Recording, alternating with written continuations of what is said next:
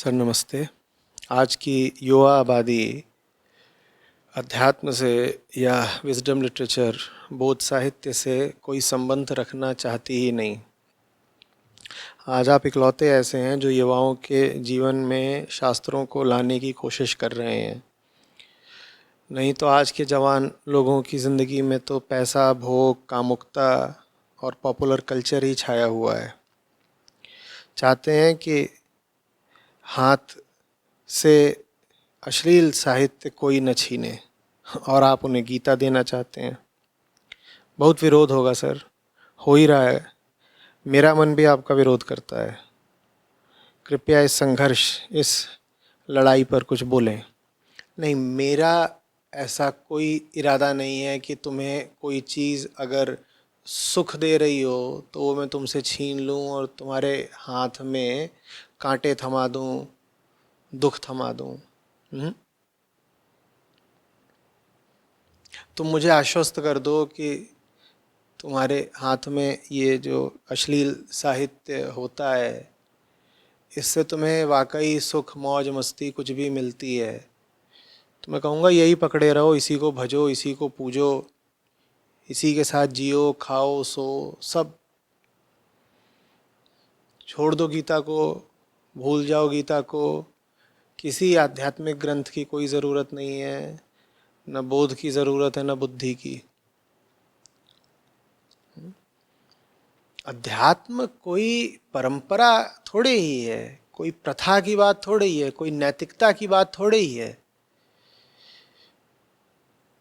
अध्यात्म ऐसा थोड़ी है कि गीता माने अच्छी किताब और तुम कुछ पढ़ रहे हो अश्लील साहित्य, एरोटिका, तो वो गंदी किताब है।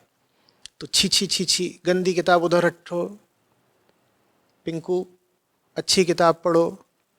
ये गंदी किताब अच्छी किताब वाले बचकाने सूत्रों का खेल नहीं है कि कुछ चीज़ें गंदी होती हैं वो नहीं करनी चाहिए, अंकल क्या बोलेंगे, चचा ने देख लिया तो, और कुछ चीज़ें अच्छी होती हैं वो करनी चाहिए, उससे स्कूल में टीचर शाबाशी देगी। यहाँ बात ज़रा बड़ों की है, बात ज़रा गहरी है। हर आदमी चाहता क्या है ज़िंदगी में? तुम कुछ भी कर रहे हो, तुम क्या चाहते हो? दुख, दर्द, तनाव, पीड़ा, बोलो। तुम कुछ भी कर रहे हो, तुम यहाँ बैठे हो तो भी, तुम बाजार में हो तो भी, तुम किसी से बात कर रहे हो, खा रहे हो, सो रहे हो, चल रहे हो, कुछ पढ़ रहे हो, कहीं नौकरी कर रहे हो, कहीं नौकरी छोड़ रहे हो, किसी से रिश्ता बना रहे हो, किसी से रिश्ता तोड़ रहे हो। तुम कुछ भी क्यों करते हो? इसलिए तो नहीं करते ना कि जो कर रहे हो वो करके तुम्हारी दुर्गति हो जाए। शुरुआती बातें पूछ रहा हूं। प्रत्येक जीव क्या चाहता है? दुख से मुक्ति, ठीक है? कोई ऐसा जो दुख में हो और वाकई चाहता हो कि उसका दुख और बढ़े? और अगर वो अपने मुंह से कह भी रहा है कि काश मेरा दुख और बढ़ता, तो कहीं ना कहीं दुख में सुख पा रहा होगा। हमारी हस्ती का ये बड़ा अनिवार्य नियम है कि हमें दुख से दूर जाना ही जाना है।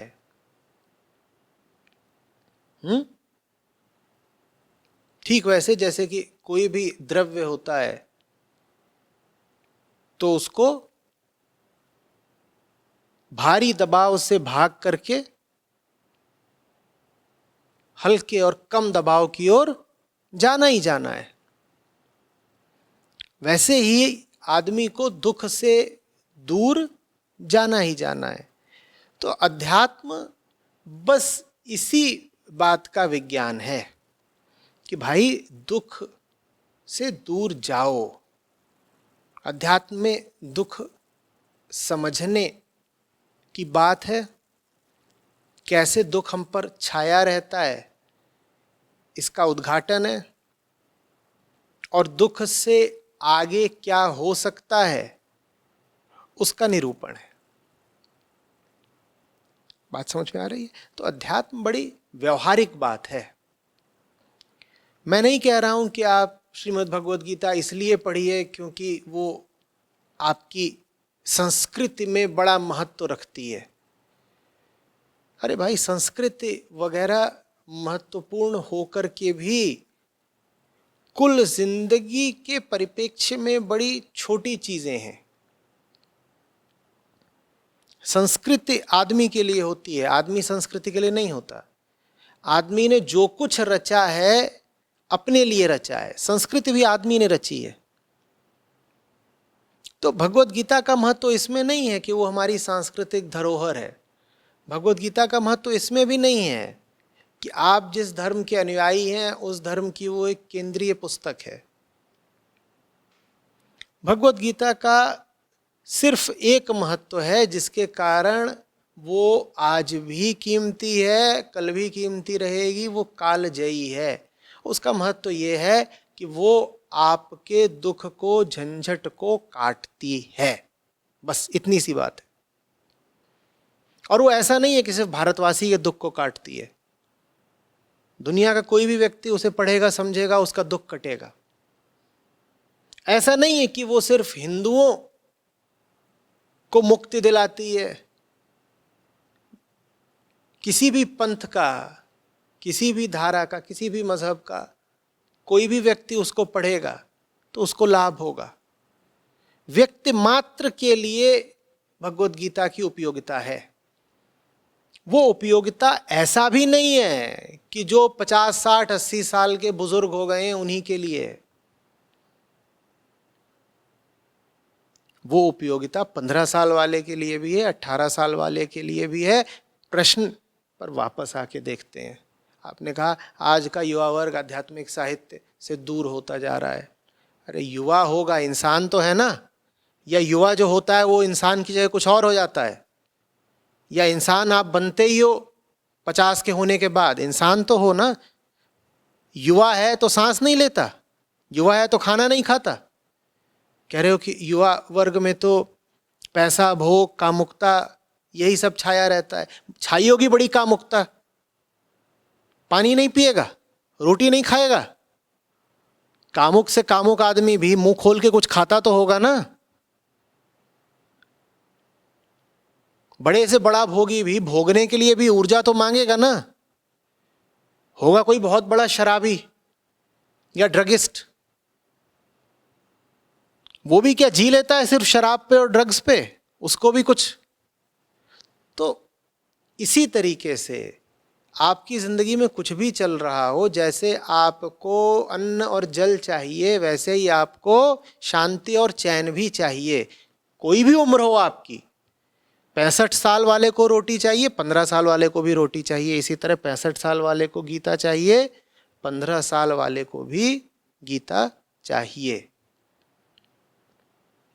आ रही बात समझ में? ये नहीं है कि आप बूढ़े हो जाओगे तो ही गीता आपके काम आएगी। बल्कि मैं कहा करता हूं कि 15 साल वाले के लिए या 20 साल या 25 साल वाले के लिए गीता और ज्यादा उपयोगी बल्कि अनिवार्य है। क्यों? क्योंकि उसके सामने पूरा जीवन पड़ा हुआ है। क्योंकि यही वो समय है जब वो अपने जीवन की आधारशिला रख रहा है। यही वो समय है जब वो अपने जीवन के बड़े निर्णय करने जा रहा है। यही वो समय है जब उसके पास सबसे ज़्यादा और सबसे बेचैन ऊर्जा है, और उस ऊर्जा का ज़बरदस्त दुरुपयोग हो सकता है। वो ऊर्जा जो जीवन को एक सकारात्मक सृजनात्मक रूप दे सकती थी, वो ऊर्जा अपने ही खिलाफ मुड़कर भीतर बिल्कुल त्राहि त्राहि कर सकती है, तमाम तरह के आंतरिक विस्फोट कर सकती है। तो इसलिए जवान लोगों के लिए तो और ज़्यादा ज़रूरी है कि वो आध्यात्मिक साहित्य की तरफ जाएं। आपने ये तो नहीं प्रश्न पूछा ना कि आजकल के बूढ़े लोग अध्यात्म से कोई संबंध नहीं रखना चाहते, जबकि बात बराबर की ही है। ऐसा नहीं है कि सिर्फ युवा ही धर्म से विमुख हो रहे हैं, बूढ़ों की भी हालत वैसी ही है लगभग। लेकिन आपने सवाल भी युवाओं को लेकर के पूछा। सवाल युवाओं को लेकर क्यों पूछा? क्योंकि युवावस्था ही वो समय है जब आपको अध्यात्म की सबसे ज़्यादा ज़रूरत है। ये अवस्था ही वो समय है ना जब प्रकृति आप पर सबसे ज्यादा जोर मारती है, जब आप माया के चुनिंदा शिकार बनते हैं। कहिए, तो आपको माया और खतरों और प्रकृति के खिलाफ सबसे ज्यादा सुरक्षा की जरूरत कब है? जब आप पर वो हमले हो रहे हैं या जब आप पर वो हमले हो चुके उसके 40 साल बाद? अगर आप पर वासना के और लालच के और अज्ञान के सारे हमले होने ही 15 से 30 की आयु में हैं, तो आपको अध्यात्म के कवच की भी फिर जरूरत कब है? 15 से 30 के ही बीच में ना, या जब 80 साल के हो जाओगे तब कवच पहनोगे, क्योंकि आज से 50 साल पहले तीर आके लगा था। 80 साल वाले पितामह घूम रहे हैं, कह रहे हैं अरे कवच वगैरह मिलेगा कुछ क्या? कहीं क्यों, क्या हुआ? बोले आज से 50-60 साल पहले बड़े तीर आकर के लगे थे, छिदे हुए हैं। बब्बा आप क्या करोगे कवच धारण करके? अब तो जितना छिदना था तुम छिद चुके, और आगे और ज्यादा छिदने की अब कोई संभावना या खतरा नहीं है। अब कोई माया तुम्हें छेदने नहीं आएगी। उसको तुमसे जो चाहिए था उसने निचोड़ लिया, अब तुम्हारे पास कुछ बचा नहीं, बिल्कुल सूखे हुए हो। तुम पर तो अब माया भी हमला नहीं करेगी, तुम्हारे पास अब कुछ बचा ही नहीं है लूटने के लिए। जवान आदमी के पास बहुत कुछ होता है जो लूट सकता है, तो उसे जरूरत है सबसे ज्यादा गीता की। प्रश्न कह रहा है कि लेकिन जवानों में तो अध्यात्म के प्रति और बोध ग्रंथों के प्रति कोई रुझान दिखाई ही नहीं देता। बिल्कुल दिखाई देगा साहब। दिखाई इसलिए नहीं देता क्योंकि उनके आसपास के वातावरण में कोई ऐसा आदर्श नहीं है, कोई ऐसा प्रेरणा स्रोत नहीं है जो उनको गीता की तरफ ले जा सके, उपनिषदों की तरफ ले जा सके, बोध साहित्य ऋषियों की वाणी की ओर ले जा सके। कोई बताने वाला नहीं है, और जो बताने वाले हैं वो सब महान निठल्ले हैं, या तो मूर्ख हैं या धूर्त हैं। अब जवान आदमी न तो मूर्खों की सुनना चाहता है न धूर्तों की सुनना चाहता है। अरे खरी खरी बात खरे खरे तरीके से उसको बताओ तो सही, कैसे नहीं सुनेगा?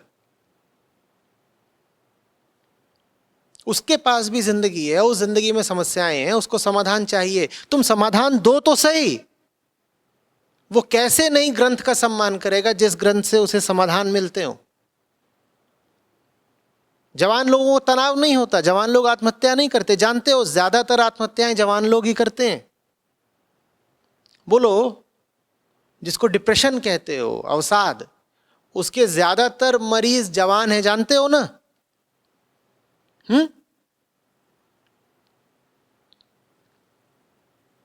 तो जवान लोगों की जिंदगी बिल्कुल स्वर्गतुल्य चल रही है क्या? बेरोजगारी जवान आदमी झेल रहा है, जीवन के कड़े निर्णय जवान आदमी को लेने हैं, दुनिया भर का दबाव समाज का भी, परिवार का भी, शरीर का भी जवान आदमी झेल रहा है। लड़का लड़की के चक्कर जवान आदमी के चल रहे हैं, शादी ब्याह के झंझटों में जवान आदमी फंसा हुआ है। तो सबसे ज्यादा सहायता की फिर जरूरत किसको है? जवान आदमी को ही ना। और उस सहायता अगर तुम उसे बता पाओ कि तुझे गीता से मिलनी है, तो वो कैसे नहीं आएगा गीता की ओर, कैसे नहीं आदर करेगा गीता का? बताने वाला कोई नहीं है। और मेरा पिछले 15-20 वर्ष का अनुभव रहा है कि जब एक जवान आदमी को बात समझ में आती है और वो फिर जितनी ईमानदारी से समझी हुई बात का पालन करता है, समझी हुई बात पर अडिग रहता है, नजारा देखने लायक होता है। हाँ, तुम ये सोचोगे कि तुम उसको डरा के दबा लोगे तो ऐसा नहीं होगा भाई, आदमी जवान है। तुम ये सोचोगे कि उससे कहोगे देख गीता पढ़ नहीं तो नर्क में जाएगा, तो कहेगा ठीक है नर्क चले जाएंगे, क्या रखा है, हम तो बहुत जगह जाते हैं, पर्यटन हो जाएगा थोड़ा। तो डरा धमका के तुम उसे गीता नहीं पढ़ा पाओगे। और पारंपरिक धर्म बहुत हद तक भय की भाषा पर आश्रित रहा है। कि अगर तुमने फलाना काम नहीं करा तो पाप लगेगा। अब ये सब पाप वगैरह बता करके तुम जवानों को डरा पाने से रहे। अब नहीं चलता ये सब, पहले चलता रहा होगा। तुम बोलो कि वो फलानी मौसी बता गई थी कि जो लोग गीता नहीं पढ़ते हैं वो अगले जन्म में बिल्ली बनते हैं। बढ़िया बात है, बिल्ली बिल्ली बन के भी देख लेंगे। ये सब नहीं चलेगा। डर की भाषा नहीं चलेगी, ना अज्ञान की भाषा चलेगी।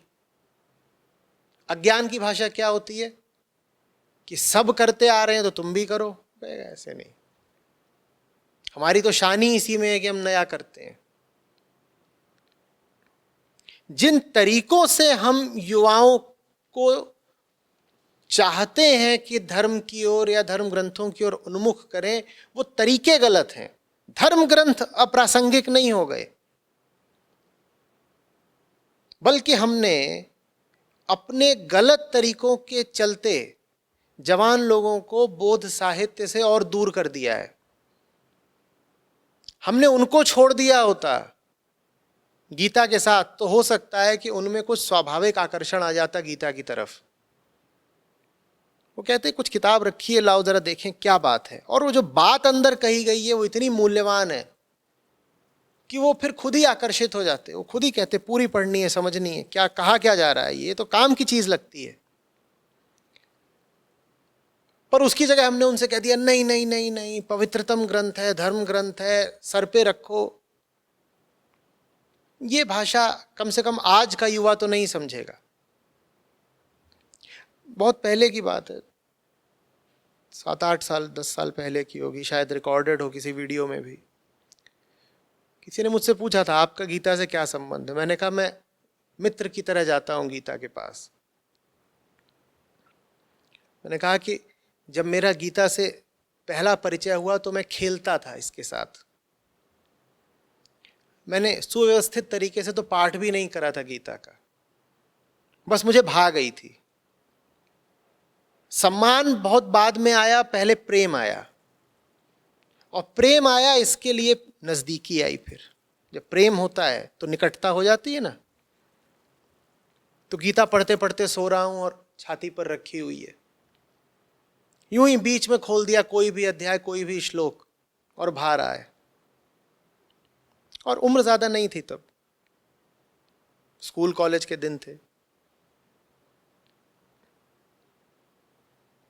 अच्छी लगने लग गई। और ये बात सिर्फ गीता तक ही सीमित नहीं है, ज्यादातर जो आध्यात्मिक ग्रंथ मैंने पढ़े उनसे मेरा परिचय ऐसे ही हुआ है।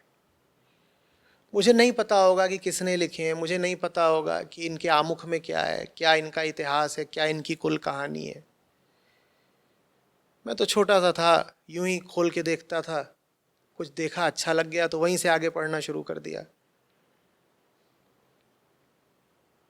मुझे किसी ने डराया धमकाया नहीं, ना मुझे किसी ने प्रेरित करा कि इनको जरूर पढ़ो बेटा, बलवान वीर्यवान बनोगे। एक सहज आकर्षण उठा। वो सहज आकर्षण सब में उठेगा। क्या हमें भरोसा नहीं है गीता की ताकत पर? गीता में खुद इतनी सामर्थ्य है कि वो किसी भी व्यक्ति को आकर्षित कर देती है। हमें गीता की सामर्थ्य पे भरोसा नहीं है तो फिर हम जबरदस्ती धक्का मारा करते हैं लोगों को, अरे जाओ जाओ जाओ, देखो देखो देखो। बड़ी महत्वपूर्ण चीज है। गीता को हमारे सहारे की जरूरत पड़ गई क्या?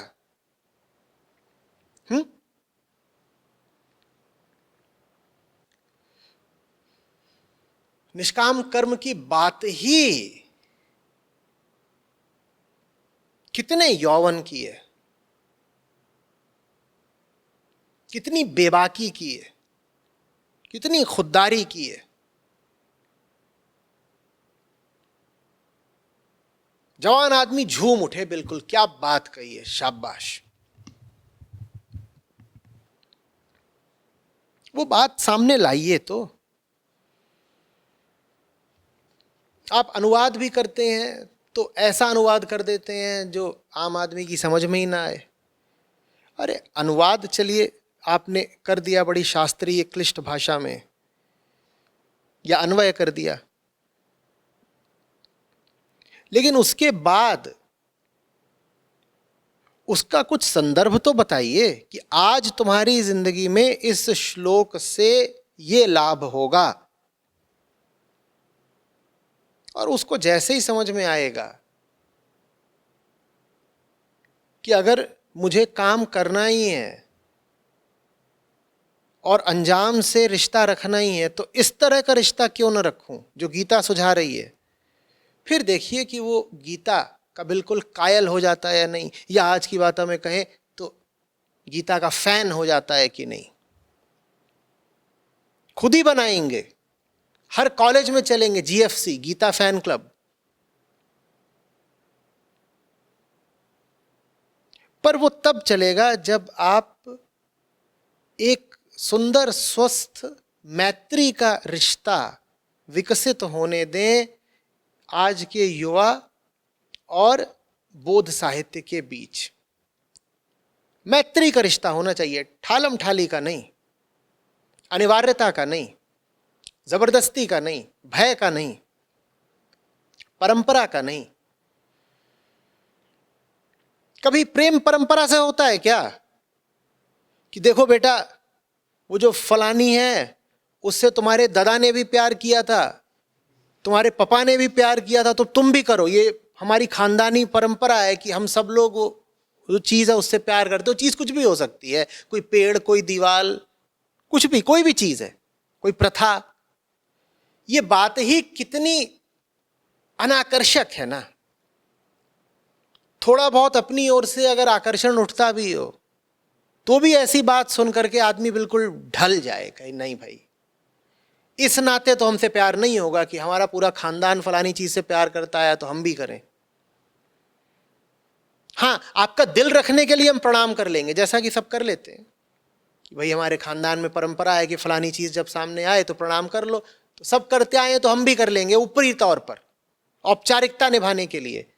पर कोई हार्दिक रिश्ता नहीं बन पाएगा। हम चाहते हैं कि उपनिषदों से, गीता से, संतवाणी से युवा पीढ़ी का हार्दिक रिश्ता बने। इन ग्रंथों में जबरदस्त वैभव है, वो वैभव सामने आने दीजिए। इन ग्रंथों के को परंपरा और परिपाटी का गुलाम मत बनाइए।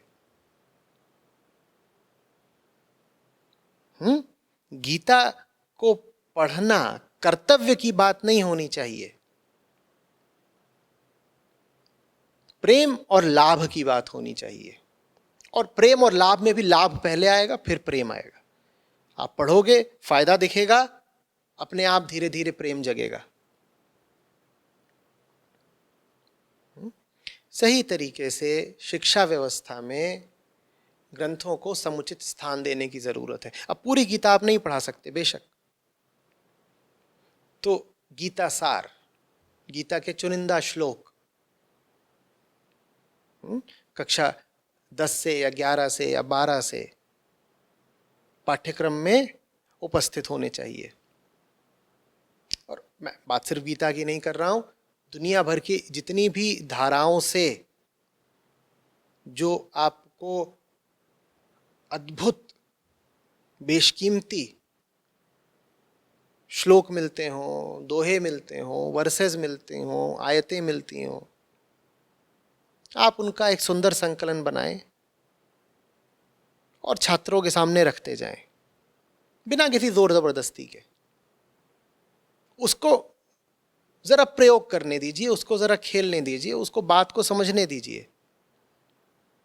यही एकमात्र तरीका है आने वाली पीढ़ी में भी धर्म को जीवित रखने का।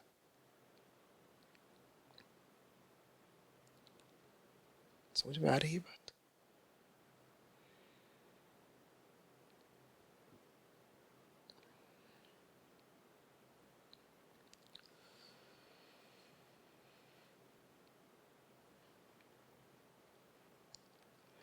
कह रहे मेरा मन भी बहुत विरोध करता है, कृपया इस संघर्ष, इस लड़ाई पर कुछ बोलें। तुम्हारा मन इसलिए विरोध करता है बोध साहित्य। क्या? क्योंकि तुमको लगता है कि बोध साहित्य तुम्हारी जिंदगी को नीरस उजाड़ सुनसान बना देगा। सबको ऐसा ही लगता है ना। ये जो हमारी सामान्य संस्कृति है, इसमें आप एक आध्यात्मिक आदमी को कैसे दिखाते हो? जो आदमी आध्यात्मिक नहीं होगा, मान लो जवान आदमी की बात कर लो, कोई जवान लड़का है वो आध्यात्मिक नहीं है, तो उसको कैसा दिखाओगे? बिल्कुल रंगीला राजा है, और मस्त वो छैला बन के घूम रहा है, ठीक है ना। उसके पास सब कुछ है, उसके पास बुलेट है, बुलेट पर पीछे लड़की बैठी हुई है, और रुपया पैसा भी है, और उसका रौब रुतबा चलता है, बिल्कुल रुआब है, टशन है, ठीक है। वो हर तरीके से प्रभावशाली है, इम्प्रेसिव, और उसकी जिंदगी में कोई न धर्म है न धर्म ग्रंथ है। और अगर आपको दिखाना है कोई आदमी जो धर्म ग्रंथ वगैरह पढ़ता है, जवान आदमी, तो वो कैसा आप दिखाओगे? उसको दिखाओगे एकदम निचुड़ा चुसा हुआ, तेजहीन, बलहीन, 16वीं शताब्दी का कोई उजाड़ नमूना, और दिखाओगे कि वो जा रहा है चाट खाने, तो वहां संस्कृत में उससे बोल रहा है कि मुझे टिक्की दे दो, तो चाट वाला भी उसकी फजीहत कर रहा है। उसको एक चुटकुला ही बना दोगे, है ना? बोलो। उसको ये तो नहीं दिखाओगे कि ये आध्यात्मिक आदमी है इसीलिए ये फलानी कंपनी का सीईओ हो गया है ना। तुम ये दिखाओगे कि आध्यात्मिक आदमी है इसीलिए फलाने खेल में चैंपियन हो गया है। तो इसलिए तुम्हारा मन ग्रंथों का विरोध करता है, क्योंकि तुम्हारे मन में ग्रंथों को लेकर के एक बड़ी उबाऊ, नीरस, बल्कि डरावनी छवि बैठा दी गई है। तुम्हें बता दिया गया है कि जो लोग गीता वगैरह पढ़ते हैं वो बिल्कुल लौकी की सब्जी हो जाते हैं, बिना तेल की और बिना नमक की। कुछ बचता नहीं है वहां पे शुद्ध सात्विकता के अलावा।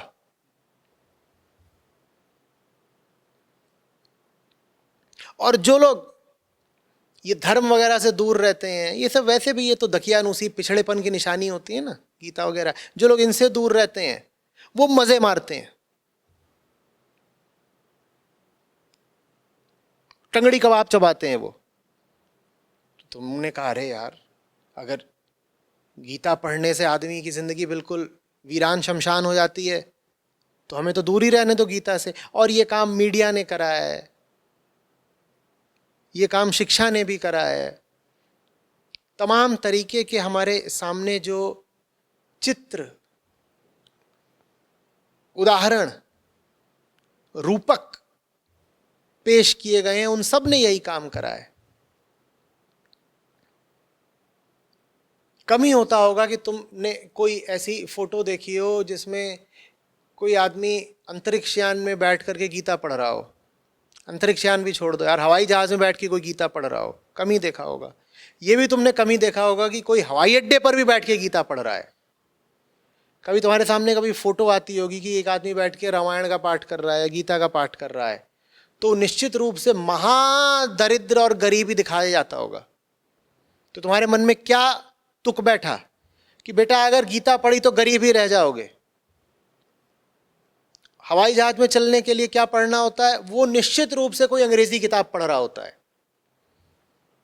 आपसे अभी कहा जाए, आप छोटे बच्चों पर एक प्रयोग करके देख लीजिएगा, बहुत छोटे नहीं, 8वीं 10वीं के हों, उनसे कहिएगा कि एक एक बेटा स्केच बनाओ जिसमें एक आदमी हवाई जहाज के अंदर बैठ के किताब पढ़ रहा है, तो बना देंगे। फिर देखिएगा कि वो कौन सी किताब है। ये तो छोड़ दीजिएगा कि वो संस्कृत की गीता है, वो हिंदी की भी कोई किताब नहीं हो सकती, वो निश्चित रूप से अंग्रेजी की किताब है, और वो भी कोई पॉपुलर फिक्शन वगैरह कोई किताब होगी। तो आपने आर्थिक उन्नति का, जिंदगी में हर तरीके के सुख का संबंध किससे जोड़ दिया है? अंग्रेजी से जोड़ दिया है, अधर्म से जोड़ दिया है, इधर उधर की कलाबाजियों और करतूतों से जोड़ दिया है।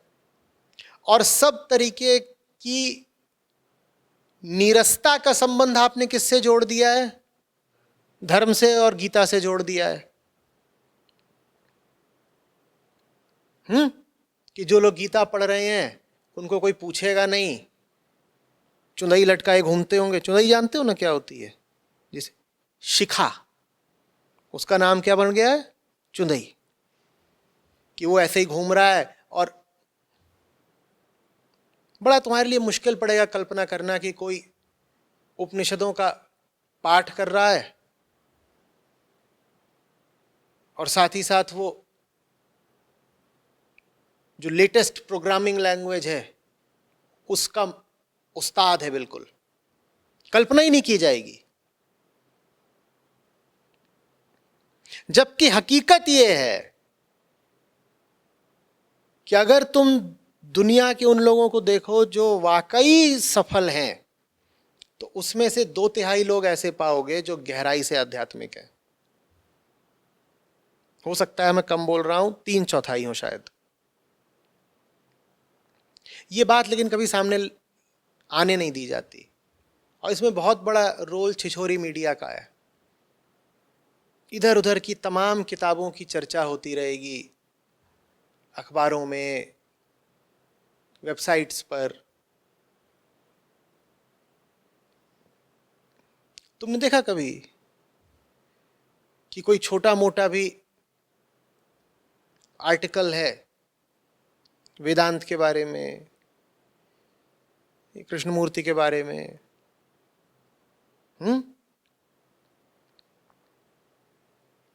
25 गीताएं हैं, उनमें से किसी भी गीता के बारे में? बहुत लोग तो इसी बात पे चौंक जाते हैं, 25 गीताएं हैं जी साहब। 6 तो उसी महाकाव्य में हैं जिसमें श्रीमद् भगवत गीता है। महाभारत में ही 6 गीताएं हैं। इनका कभी कोई उल्लेख होते देखा तुमने कहीं पर? इनका उल्लेख नहीं हो रहा, इसलिए नहीं कि इनकी हैसियत या महत्व तो नहीं है, इनका उल्लेख इसलिए नहीं हो रहा क्योंकि कुछ अक्षम, नाकाबिल और गलत लोग हैं जो मीडिया और शिक्षा और सत्ता पर कब्जा करके बैठ गए हैं। तो उन्होंने कुछ ऐसा माहौल तैयार कर दिया है जिसमें हर व्यक्ति को ऐसा लगने लगा है कि धर्म का मतलब ही है पिछड़ापन। कि धार्मिक हो गए तो जीवन में न तो पैसा आएगा, न सम्मान आएगा, न किसी तरह की तरक्की आएगी, जबकि इससे झूठी बात दूसरी नहीं हो सकती।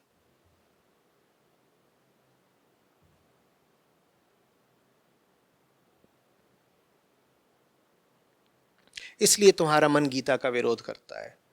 तुम्हें गीता जैसे ही दिखाई पड़ती है, तुम्हें गीता के साथ साथ गरीबी दिखाई पड़ती है, पिछड़ापन दिखाई पड़ता है, और तुम ऐसी कल्पना करते हो जैसे समाज में परित्यक्त हो जाओगे। परित्यक्त माने समाज से बहिष्कृत हो जाओगे।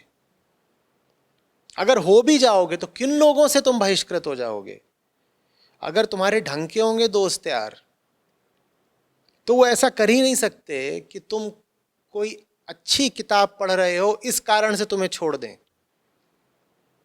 पर मैं तो ऐसा भी वाकया सुन चुका हूं कि सर मेरी गर्लफ्रेंड मुझे छोड़ के चली गई। क्यों?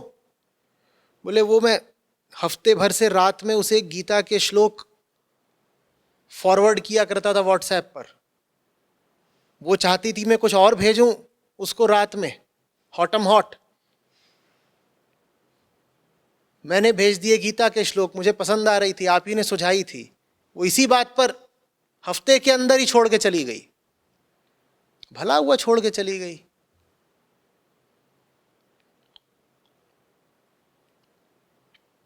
ये गीता ने तुमको आशीर्वाद दिया है पहला, कि तुम्हारी जिंदगी से ऐसी बला टाल दी।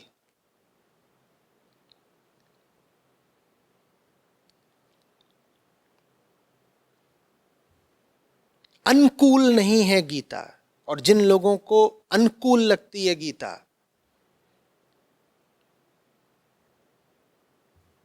वो फिजूल है।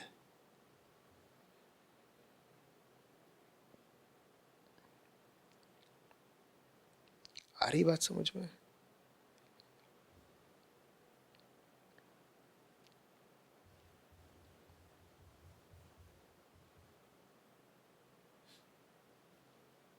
अब कोई बोलेगा कभी कि अनुकूल, बोल अनुकूल नहीं है, अनुकूल है। अनुकूल समझते हो? जस्ट राइट, बिफिटिंग, एकदम ठीक, उसको बोलते हैं अनुकूल। बोले अरे तुम्हारी चीजें तो बस कूल है। जो कूल होता है वो थोड़ी देर में फिर ल्यूकवार्म होकर के कूल नहीं रह जाता। ये जो मेरे पास है ये इतना अनुकूल है कि इसके आगे अब कुछ प्रतिकूल नहीं है। तुम्हारा कूल तो किसी काम का नहीं। ये जो मेरे पास है ये अनुकूल भी है, हॉट भी है।